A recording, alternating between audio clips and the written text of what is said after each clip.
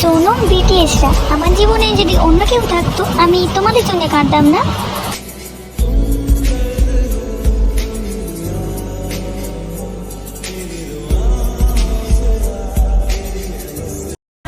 তোমাদের না পেয়ে একা বাঁচতে শিখেছি বিটিএস, কারণ এখনকার